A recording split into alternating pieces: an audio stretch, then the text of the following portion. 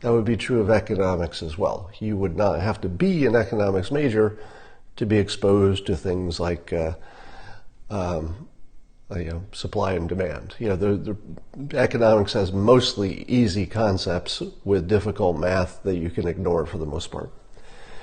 So with that setup, I'm going to talk about a couple of examples of loserthink, unproductive thinking by otherwise smart people. One is an article in CNN in which, let's see, I want to get the name of the person. Oh, it doesn't matter. It really doesn't matter who wrote the article. There was I think African-American man who wrote an article, and by the way, it doesn't matter. So for the purpose of this story, it doesn't matter if this is an African-American man, but based on the icon, I think it was. And maybe it does matter. Let's say it does matter to the story. And the story said that it talked about why it's such a bad idea for white people to defend themselves from charges of racism by claiming they have a black friend. Now, most of you are aware of this, that if somebody says, hey, you're a racist, and you say, I'm not a racist, look at my black friend. Generally, that is considered something that is mockable. In other words, you've made a joke of yourself by defending yourself in that specific way. So from the perspective of black people, you just made the worst defense that could be made. It's the most laughable defense. So is it a good idea to use that defense? No, it's not. But that's not the loserthink I'm going to talk about. The loserthink is the black people who employ that standard. If your standard is that white people can't say, as part of the evidence that they're not racist, I have black friends, you are making the world a worse place by your defective thinking. Because if you are a black person and you're talking about this topic, you're saying, I want there to be less racism in the world, presumably, right? You're only having this conversation because you want less racism. One of the worst ways to make that happen is to penalize white people for doing the right thing, because it's not enough of the right thing. When somebody does the right thing, you should encourage it, and when they do the wrong thing, according to you, you should discourage it. If a white person tries to defend their lack of racism by saying, look, I have a black friend, what is the loserthink approach to that? You, racist, how can you say that? You're making it even more of a racist by saying you have a black friend. Wrong, wrong, wrong, strategically wrong. Strategically, if what you want is a world where people get along and are less racist, you should say to that white person, well, that's not exactly what I'm talking about, but I love the fact that you have black friends. If you do anything but compliment that before criticizing, why it's not really a defense, it's completely legitimate to say that's not enough. It's completely legitimate to say, well, that's you just in your personal life. I'm talking about, structural, historical racism, which is different from you having a friend. Those are all good points, but you should start with, I'm really glad to hear that. I hope that you make more black friends. I have some white friends. I would like to have more white friends. Maybe this is part of the solution. But it's not exactly what I'm talking about right now. I'm talking about other kinds of institutional racism. I'm talking about your policies. I'm talking about maybe something else.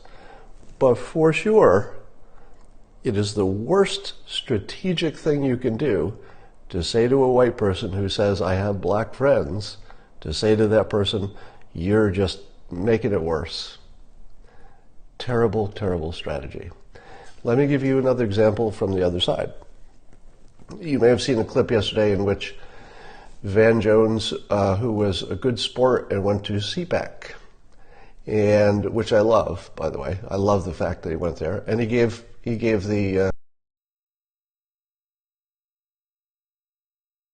prison reform, which I love.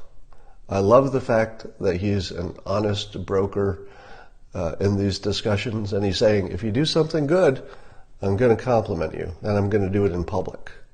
Right? It's very rare. I mean, the reason the clip was sent around is people said, what? I didn't know you could be reasonable. What? I didn't know you could compliment somebody who's on the other side on different issues. What?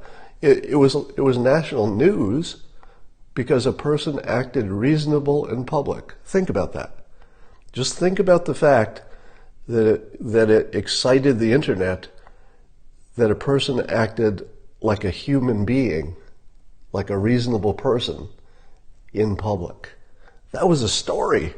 I mean, that's just the thought of it is mind-boggling. But another thing that Van Jones said is he talked about immigration, and he talked about how the crime rate of immigrants is lower than the crime rate of citizens. And you could hear an audible boo in the audience. Yeah, somebody's ahead of me here in the comments. He actually got booed. Now, what's wrong with Van Jones' comment? Well, here's the problem. If you had sort of been isolated in the left side of the world, you would not know how the people you're trying to persuade, and in that context he was trying to persuade, why else would he be there, trying to persuade conservatives, the hardest job in the world, right? If you're coming from, a CNN universe, jumping into the toughest audience you could possibly have, a bunch of conservatives, can you persuade them? And bringing up that statistic is what I call anti-persuasive, because it doesn't have a full understanding of how conservatives think. And here's what's wrong with it.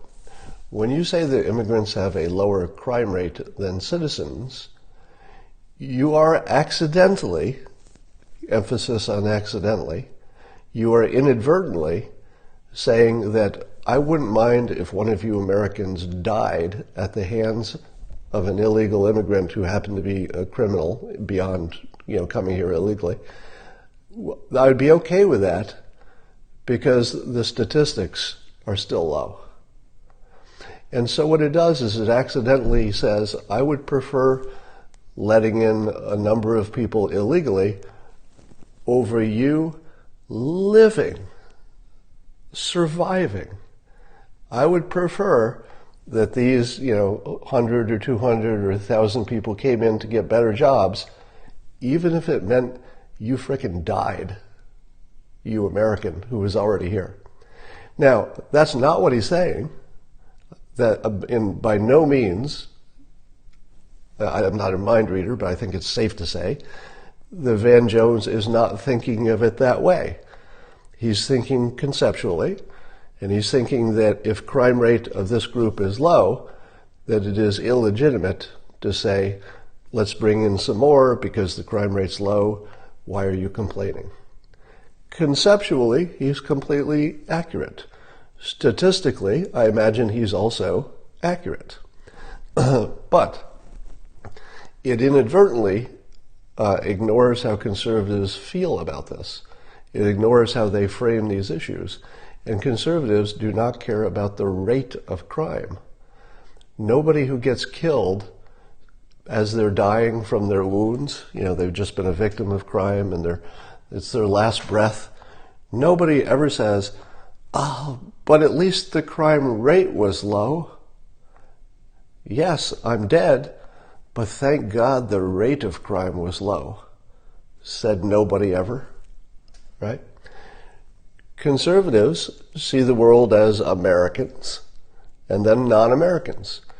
So if one American gets killed for the benefit of 100 or even 1,000 immigrants who get a better life, that's a bad deal for people who see the world as, we're the Americans, let's protect our world, protect our brand, and let the other people do the same. It's a fair game. These are the rules. We protect our team, you protect your team. You're not our enemies. You're not our enemies. We're just doing a system that works well. So, my advice to Van and anybody who is trying to persuade on this point, and let me say it in the cleanest way I can. When you say to a conservative, and by the way, fact check me on this. Most of you are probably leaning conservative if you're on this Periscope. Fact check me on this. Is it not an insult when somebody says their crime rate is lower than the U.S.? It's an insult because it devalues the value of your life as an American so that other people can get better jobs. That is just a straight out insult. I mean, it's offensive in such a deep way. Now here's the thing. Is Van Jones smart? Totally. All right? You can see that unambiguously. Very, very smart guy. Does Van Jones want a better world? Apparently so. I would say that absolutely so. But, we're all in our bubbles. We all have the experience that we have, and that can blind us to some obvious opportunities. All right.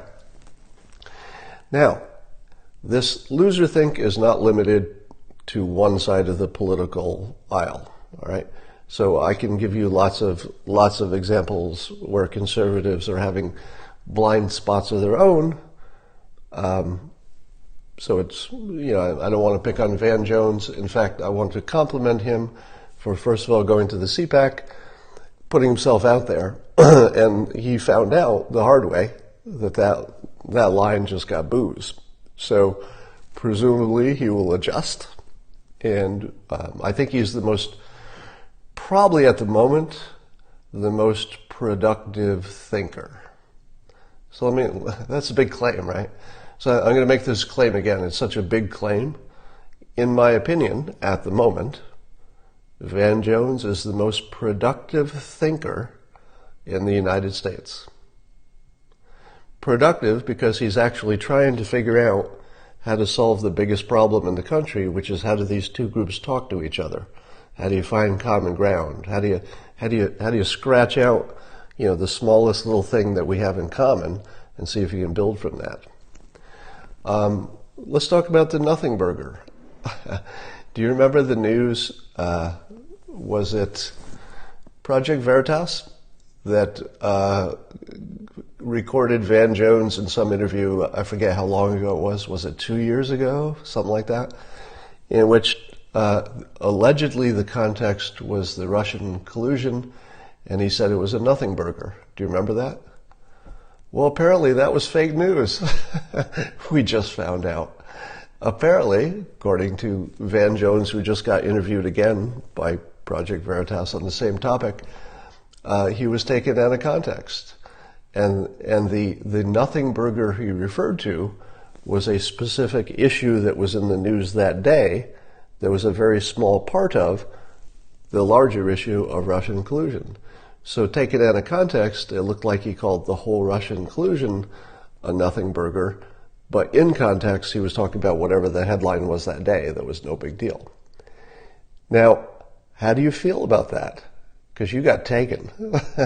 You and me, I was definitely a victim of fake news. And by the way, I totally believe Van Jones about that. His clarification sounds way more believable than the original claim. That was fake news. And every time this happens to you, you should keep track. All right? I've got a little mental scorecard of my own. So on my scorecard, I've got the Covington hoax. I fell for that. All right? That's on my permanent record. I also will add to that the Nothing Burger hoax. That's on my permanent record. I believed that. I believed he was talking about the whole Russia collusion thing, and it just was fake news. So I may have other things on my list, but you should really try to keep your own list of how often you're wrong. Now, on the plus side, here are the things I got right. I got, of course, the Trump election. That was a big deal. I probably was the only person who predicted the North Korea situation going in the right direction. I told you that the Vegas shooter was not ISIS. Even when ISIS was claiming credit for the Las Vegas shooter, I was saying publicly it's not ISIS, and it wasn't. I told you that the Cuban sonic weapon was a mass hysteria, and it is. I said Russia collusion was BS, and apparently it is. I said Q was a hoax. Some of you still think that's real. Q's a hoax. I'm right about that. So my list of things. Oh yes, I also predicted that AOC was the real deal, and sure enough, you saw her go from a little spark to the primary conversation in the country. I called that early. You said Kim's nukes were a liability and he should want resorts. Yeah, that's still true. If we're just talking about the timing of things, I don't believe I ever had a prediction about timing. In fact, what I said about North Korea is that they should be on a 100-year reunification path. That they should just say, look, this is just going to take 100 years. If we can get it done sooner, we'll do it. All right. But anyway, keep track of your illusions. Keep track of how many times you got taken by the fake news. Now, this brings us to Glenn Greenwald's tweets, and other people too, but he makes the case best. What do you do if you're an anti-Trumper and Michael Cohen just demolished several of your hallucinations in one day? What do you do? If you were an anti-Trumper because you thought there was Russian collusion and you believed that Cohen went to Prague, you thought the Steele dossier was real. I almost can't remember. Oh, you thought that the president told Cohen to lie. Maybe you thought that it was a big deal.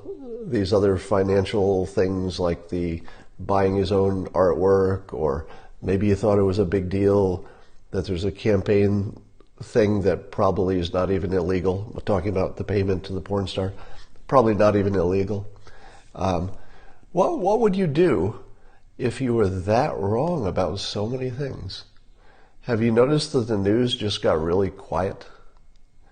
I've been watching the replay of Chris Matthews breathlessly reporting the McClatchy report at the time that Michael Cohen, is known to have visited Prague to talk with the Russians. And he reported it at the time like it was true, like it was the news. What's he saying now? Now is he playing that video of himself and saying, look how wrong I was? Look how bad my judgment was that I believe that? Is he doing that? Or are they just literally ignoring the last 2 years? This is Glenn Greenwald's observation, which I think most of you agree with. What the heck is happening right now? There is the weirdest thing happening. The weirdest thing happening is that people are acting as though the last 2 years didn't exist. They just changed the argument from he's a Russian puppet and we must replace him immediately. They're talking about now his SAT scores. They're talking about getting the president's school grades. They're talking about looking at the details of his tax returns. Think about it. They've gone from, the highest level of alarm to, well, maybe there's something on his taxes. Somebody says, Felix Sater and Alan Weisselberg soon. Did you forget about them, Scott? No, I didn't forget about them. I just think that Michael Cohen would know whatever they know, don't you? Do you think that Michael Cohen, the fixer, the close confidant, the person who was working on the Russia stuff, do you think he didn't know about any bad stuff going on? Do you think he wouldn't give up Trump at this point? It's pretty clear that Michael Cohen is not protecting the president. So you saw the good example of what's happening. It's like, yeah, our entire theory for the last the last 2 years has been dismantled, but there must be another witness coming. There's another one. Yeah, it's going to happen. It's going to come in now. All right. Somebody says, Scott doesn't fully understand what this country is facing. Well, I'll put you out of your misery. You're blocked. A reminder to those of you who are not that person who just got blocked. I always welcome disagreements on logic or facts or, opinion. Those are always welcome. But if your comment is about me personally, you just get blocked. It doesn't even matter what it is, right? Even if all you're saying is, Scott is confused, or Scott hasn't done his homework, or maybe Scott should do his own research. Anything like that, you just get blocked. It would be helpful for you to say what I don't know, maybe recommend a book. Any of that's fine. Telling me what I should learn to increase my knowledge, totally fine. But just comments about something wrong with me, blocked. By the way, the professional trolls on Twitter seem to have left me alone for a while. For whatever reason, the pros are not coming after me anymore, the paid trolls. I don't know what's up with that. All right. Here's another case of loserthink. Do you know Joe Walsh on Twitter? Ex-congressperson, conservative. So he tweeted today that if you heard what President Trump said about Otto Warmbier and you did not object to it, you're an apologist. Now, here's what's wrong with that. This is another case of loserthink. The world doesn't have one variable. The Otto Warmbier complaint, the complaint that the president seemed as though he was believing Kim Jong-un, that he didn't know,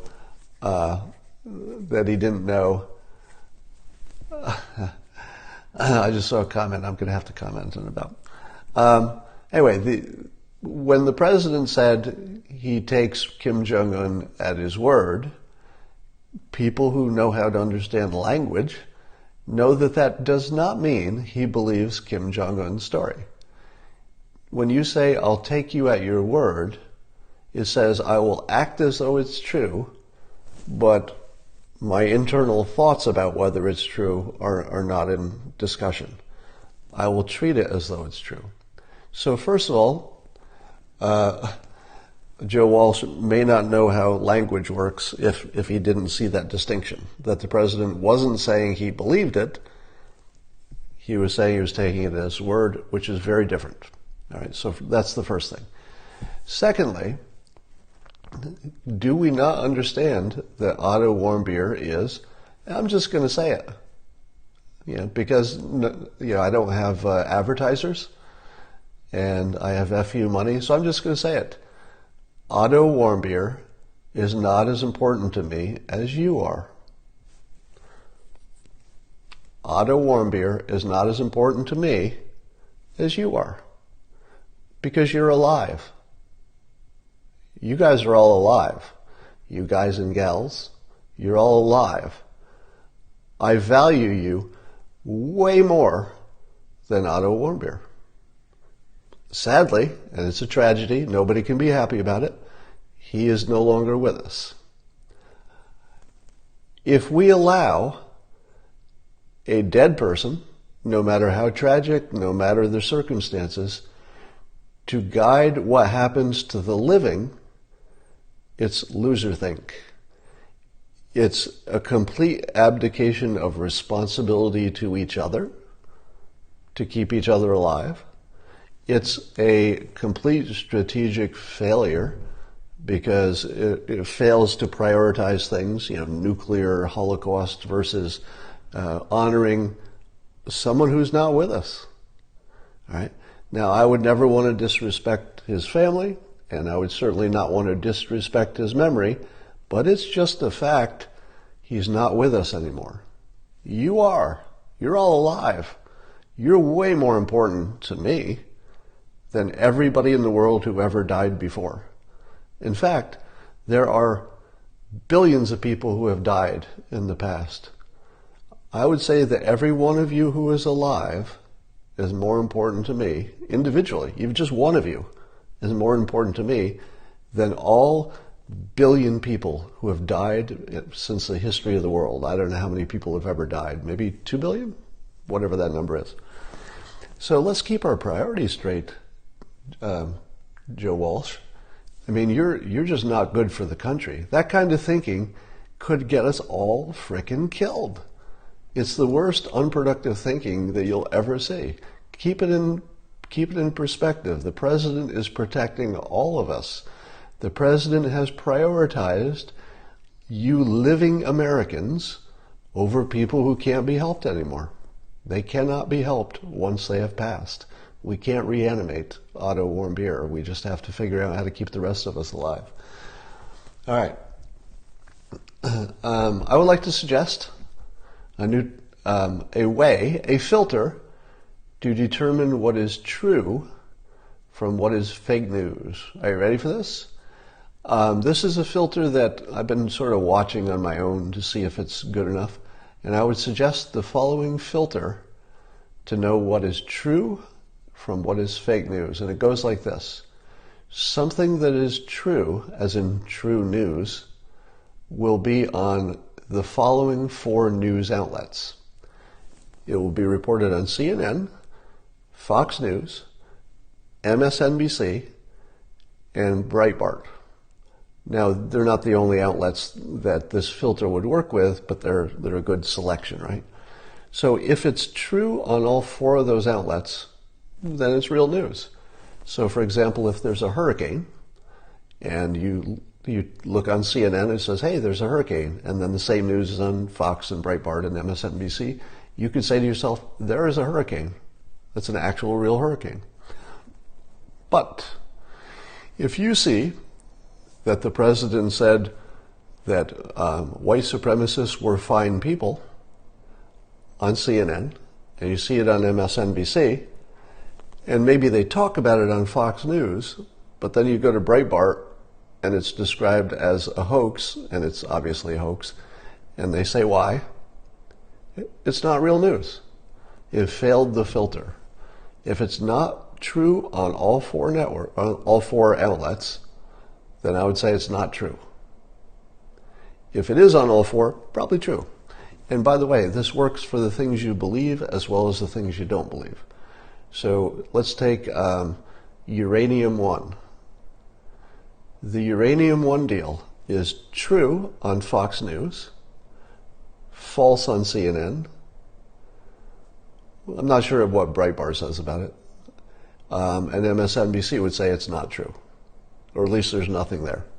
So I would say this filter suggests that uranium-1 is sort of a big nothing. So try. I can't tell if your comments are behind me, but try that standard and just try it on for a while. And if you were to say to yourself, it's only true if it's on those 4 networks, that's a pretty good standard. What about the reverse? If Fox News promotes a Trump success, is it not true if it's not covered on CNN? Well, CNN tends to cover his successes. They just don't spend a lot of time talking about it. So even on CNN, I believe there are people saying that it was wise for Trump to walk away from the deal in Vietnam. So I would say that's true news, because there are experts on basically every outlet who are saying, yeah, that was a good decision. Let me talk about one of the big differences between conservatives and, let's say, the left and the right. You've seen science that says that conservatives think differently. I think some of the differences are that conservatives are more grossed out by stuff, just stuff in general. They're more grossed out more easily. I don't know if that's true. But there is a difference that I notice that I want to present to you. I've said it before, but I want to put it in put a little more meat on it. And this is my book, How to Fail at Almost Everything and Still Win Big, where I talk about the systems being better than goals. Here you see the difference between goals and systems. A goal would be to have some kind of universal health care, single payer, maybe the government is in charge of it. Another goal might be to have zero CO2 added to the air. Another one might be free college. So those would be goals, things that you want. And these would be associated with the left. But on the right, you see that they have similar, let's say, aspirations, or at least overlapping aspirations, but they tend to talk to them in terms of the system. Capitalism, for example, is a system that makes everybody richer, that allows people to buy health care, etc. So the systems for getting to health care would be cutting regulations, spurring innovation, increasing competition. And by the way, if you haven't seen what the government is doing in terms of health care, they actually are doing things to spur competition. They are doing things about cutting regulations. So there are actually some pretty important things happening in the Trump administration. I'm looking at your comments. Some people are just still struggling with the filter thing. But just live with it for a while and then get back to me. Because I don't want you to make a decision on the app. I want you to just use that filter for a while and live with it, and then tell me how it worked for a while. But don't give me your opinion right now. All right. Likewise, in reducing the CO2, you see the people on the right talking about, well, shouldn't we be developing Gen 4 reactors? Now, here's one of the biggest pieces of news that you probably didn't hear. And I want to call out, I want to get the correct name of the Twitter account that I follow, and you should follow too, because if you're not, you're missing all the good stuff. Bear with me. This is worth it, by the way. It's worth waiting. So you should be following HeadSnipe01.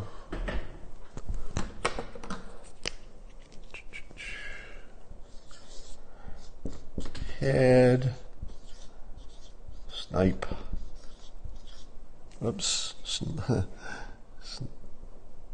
Snipe 01. So you should follow that Twitter account, because what he does is, and I think he might have been a Marine sniper before this. I think that's why he has that name. Anyway, what he does is he monitors official government releases. So when the administration releases an official statement that they're doing something, they have a new program, they've made some decision, etc., some law is being considered, he picks out the good ones and reports on it. So there's no spin on it, except whatever the government itself puts on it. But you get to see the news that the news doesn't cover and should. So here's the biggest news that happened this week. No coverage, but HeadSnipe had it, so you should be following him. So here's the biggest news. Do you remember when I talked to most of you saw this, when I had a conversation with Naval Ravikant, and we were talking about climate and nuclear energy, etc., and Naval made this comment. He said, the problem with nuclear, in terms of developing nuclear power to be safer, is that you can't easily iterate the way you can with every other product. If you look at the first iPhone, it was terrible, but each one after that got better and better and better until you had smartphones that are amazing. And every other technology follows, somebody's asking, it's 01. Is there a 011? Somebody asked a question if I got that. Oh, shoot. You're right. It is 11. So, HeadSnipe, you make a bad mistake with your header, because your header says only one, but there's two ones. So there's two ones on the end of this. Thank you for catching that. Anyway, so what Naval said is that nuclear you can't iterate and improve as you go. You can't evolve the technology because it takes too long to build one. The approvals are so hard, it's so expensive, it's hard to get approval to do it anywhere, etc. But the government under Rick Perry, Department of Defense, just announced that they have approved let's say a test facility where the nuclear startups can go and iterate without the burdens of approvals and all that.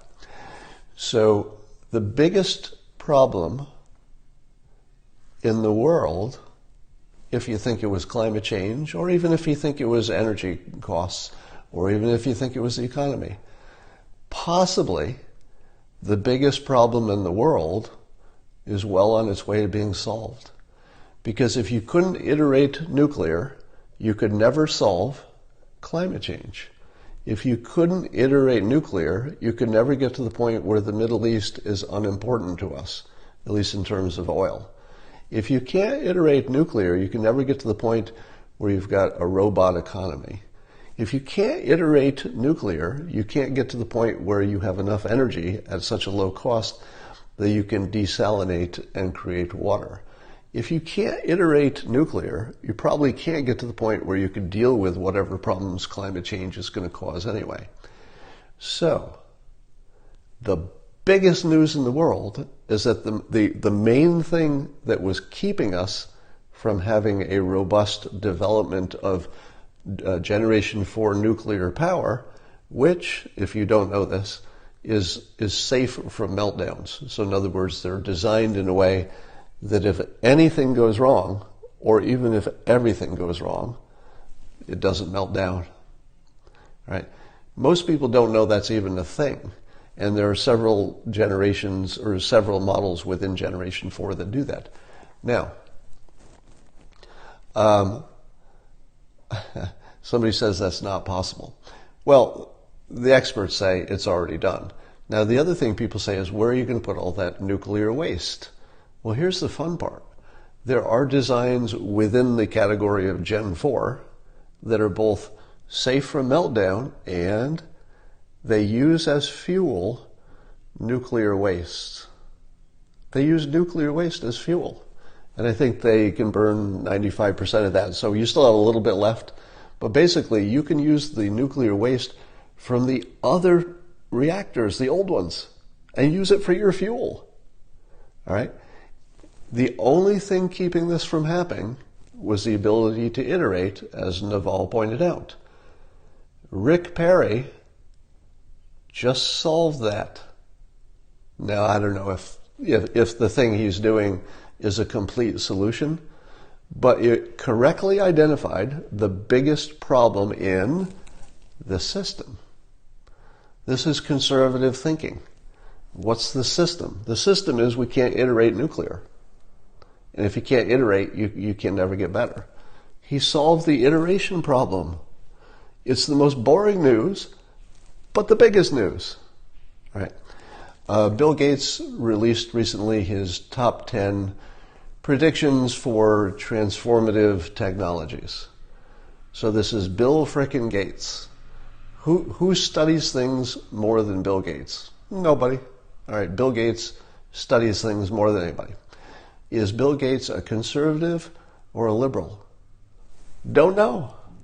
Don't know. Do you know? I have no idea. My guess is he's socially liberal. But I don't know if that makes him, I don't even know who he votes for. Who knows? Which is important to the story, because he doesn't seem to be making any decisions based on politics. His decisions seem to be based on science. What does Bill Gates say is one of the top 10, think of all the technologies there are, in Bill Gates' top 10 for this year is Generation 4 nuclear. All right. If he's saying it, pay attention. All right. Pay attention when Bill Gates tells you that Generation 4 nuclear is the way to go. And I hope I'm characterizing his opinion right. I think he believes it's the only path. So maybe fact check me on that. But I believe he thinks Generation 4 nuclear development is the only path forward for climate change remediation. And even if you don't believe in climate change, still a good deal. Somebody says, I'll pay attention when Elon Musk talks about it. That's a fair statement. I'll bet you if you asked Elon Musk, he would have something interesting to say about that. All right.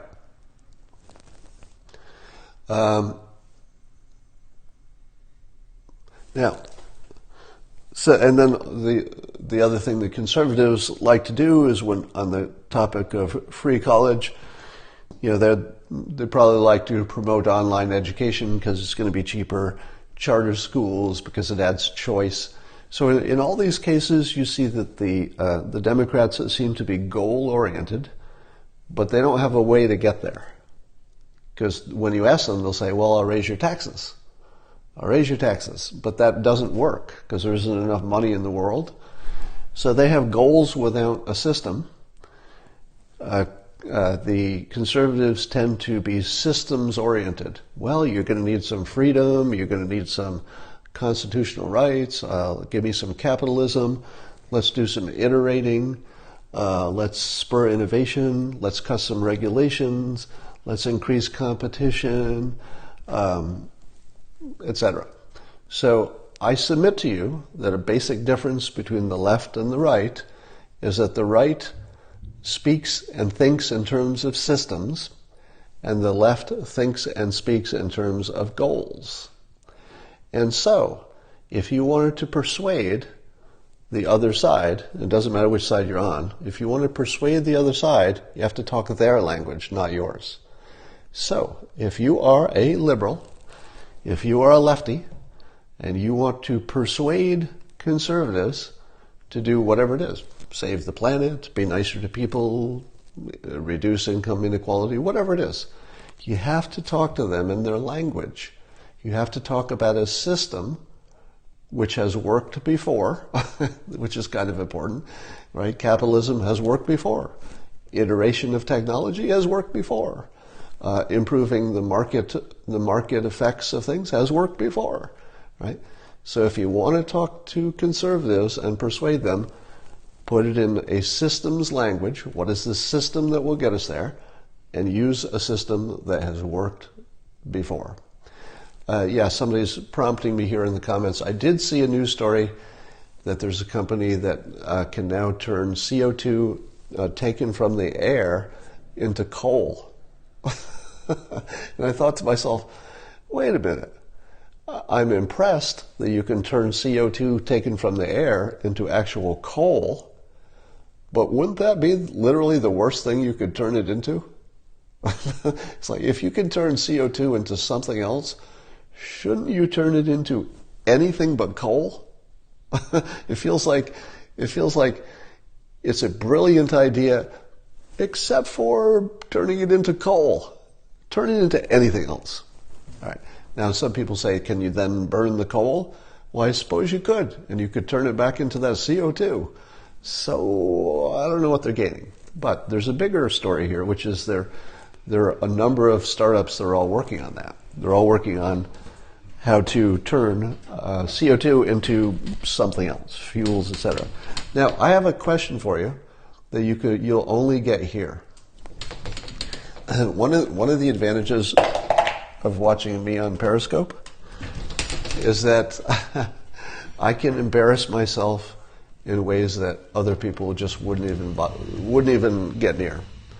So I'm about to embarrass myself in maybe the biggest way I ever have, because I'm going to ask you some questions and I'm going to reveal my ignorance on something. And I don't know what's wrong with my thinking, but I'm just going to display it in public, and you're going to look at it, and I want you to tell me what's wrong with it, because I know there's something wrong with it, right? So I'm going to depend on you to tell me what's wrong with what I'm going to talk about next. Now, people on the left have said, let's have universal health care, and I believe there are 28 million people who don't have health care insurance, which is around 9% of the country. All right. So here's the first fact to check. Is it true that roughly 9% of the country does not have health care insurance? Somebody's already saying false. I did do a Google search on this. So can somebody confirm or deny that that's the number? It's about 9%. Let's say it is. I'll keep watching to see if anybody debunks that. Somebody's saying yes here. So it's around 9%. Now the right, the conservatives, have said it's going to cost you $32 trillion. And it would cost more than the GDP of the whole United States to give everybody health care insurance, if you included the ones who don't have it. Now, does that sound true? Does it sound to you like it would be that expensive? Like, on the surface, maybe so. But here's the question I ask you. If it's only 9% who don't have health care insurance, work with the math with me here. Now, I'm not going to be precise. I'm going to be talking in very gross conceptual way here. All right, so don't get too locked up on the specific details. Just look at the concept. If around 9% of the people in the country don't have health care, could you raise the cost of everybody's existing health care by 9%? And pay for everybody else? In other words, if everybody who has health care insurance, and hold on, I'm not suggesting this, just talk about it conceptually. If everybody who had health care paid an extra 10%, let's say 9%, would it be enough to cover all the people who don't have health care? Now, we don't all pay our own health care. The government pays some, businesses pay some, people pay some. So I'm getting all no's. What? Hold on. Are you saying no to the math, or are you saying no to the concept? Because the concept is not being suggested. So no one is suggesting that people get a 10% tax to pay for other people's health care. I'm asking you if the numbers would work. If you put a 9% tax on people's existing health care, and let's say the government added 9% to what it already pays. So everybody, companies, individuals, governments, everybody gets a little 9% extra. Would that be enough, given that only 9% of the people don't have health care? All right. So I've got comments right next to each other. The math doesn't work, and then the one right below it, the math works. I see somebody say the math is good, the math works. No to concept. Don't judge the concept, because it's not suggested. Now, if you think it's true, and here's where having no sense of personal embarrassment comes in handy. This is an idea that I would never suggest in public if I had any sense of embarrassment whatsoever. I expect that what I'm going to say next is really wrong, but I don't know why. And that's what you're going to help me with, okay? Here are two things that I think I know. I think I know this to be true. 9% of people don't have health care. And here's another thing I learned in corporate America. I used to do budgets for a big bank. I was in charge of their budgets for their technology area. And I used to do budget planning for the phone company, also in their technology area. And here's something that is just a general truth. I would put together this budget, and I'd take it to the bosses, and I'd say to the bosses, here's the budget, and it's based on a bottom-up plan in which I asked every person, every department, how much budget they need next year, and then I added it up, and here's the number for the whole department. And what would the boss always say? Those of you who have worked in corporate America, tell me how this story ends. I added up all the budget needs of all the departments into a big, the bigger number, took it to the big boss, and what did the big boss say about the big number? If you've worked in corporate America, you already know the answer. The answer is, cut it by 10%. And so I go back to all of the individual department heads, and I say, the big boss said, cut your budget by 10%. And every budget head says what? I can't do that. There is no way I can run this department if I cut the budget 10% next year. It cannot be done. So I go back to the big boss and I say, every one of the departments says the same thing. If they cut by 10%, they can't do their job. It just can't be done. And then the big boss says, what? What does the big boss say? Tell them it's cut 10%. And then I go back to all the departments and I say, I know you say it's impossible. I know you say you can't do your job. But that's the decision. It's cut by 10%. Now check back in a year. Did all of the departments successfully cut their budget by 10%? Yep. Yep, every one of them. Every one of the budgets successfully cut their budget by 10%. How many of them could identify a big impact from that, meaning that they couldn't get their job done, etc.? None of them. As a general rule, if you have done budgets for a living, if you've been in a big organization and you've had any contact with budgets, you know that if you have a big budget on any topic, you can cut it by 10%. So here are two things that I think I know, but I can't understand them together. So I think I know that 9% don't have insurance, and I think I know that the cost of most things can be cut by 9%. In other words, it would be free. Let's say the government, again, I'm not recommending this. Let's say the government said, everybody who's already paying health care insurance has to pay 9% extra. And that covers everybody. So now the extra 30 million or so people who don't have health insurance have health insurance. Now everybody has it. All the people who sell medical services suddenly have lots more customers. That's good, right? There are more customers buying everything in healthcare. And then the government says, and I'm not suggesting this, cut your costs by 10%. Let's say the government says to all the healthcare insurance providers, I'll give you 30 million more people in a pool, that's spread across all of you. But in return, everybody has to cut their costs by 10%. Could they do it? Almost certainly yes. Now, there's nothing about this plan that's practical. So those of you who are hung up on that will never work, or I don't like the government getting in, don't worry about it. I'm not suggesting we do it. I'm wondering about the math. So if it's true that it would cost $32 trillion extra for healthcare to have universal healthcare, how could it also be true that the amount that all of us would have to pay extra, say 10%, is so small that the health insurance and medical and health industry could almost certainly cut all of their costs by 10% and nobody would even notice? Because you can cut any budget by 10% and people largely don't notice.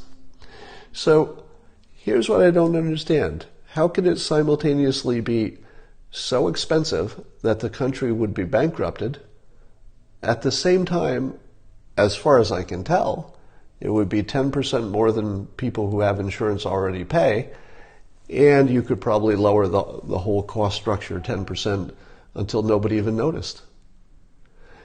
Is it 32 trillion or is it zero? And I saw this conversation on, I forget which show it was. It might have been, I'm not going to guess. But I saw a debate in which there were pro-universal healthcare and anti-universal healthcare. And the ones who were against it said it's going to cost $32 trillion over 10 years. And there's no way that can be afforded. The person who was for it said it would save money. Okay, that's the difference between saving money, less than zero money cost, and $32 trillion. How can you be that far apart? Now, part of it is that 32 trillion is not the extra. The 32 trillion is it's got to be the total cost of healthcare, I would guess, that goes to the government and comes out of the pockets of In other words, the government would be taking on the burden that individuals are paying and companies are paying now. So that's why it's 32 trillion. But our decision making is so poor that we can't tell the difference between something that would cost $32 trillion versus something that would save money. Think about that. Could those worlds be further apart? Now, if somebody said, well, one says it's going to cost $1 trillion and the other says it's only going to cost $200 billion, I would say those are two people who are legitimate players in a real issue. But if you tell me that one says it's better than free and the other says it costs $32 trillion, we have departed anything like a conversation on the topic. The topic no longer even matters to the decision.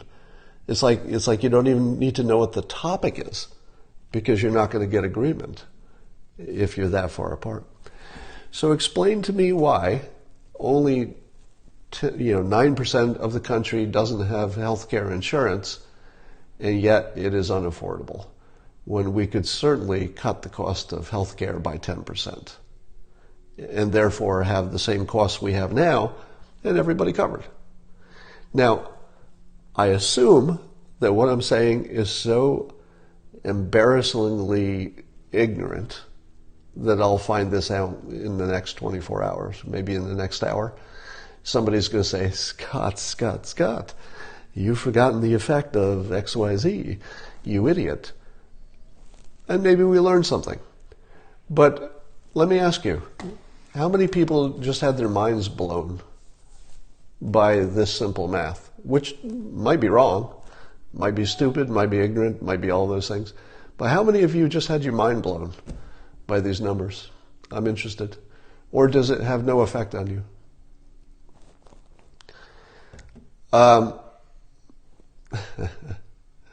There's a little delay in your comments, so I'm actually all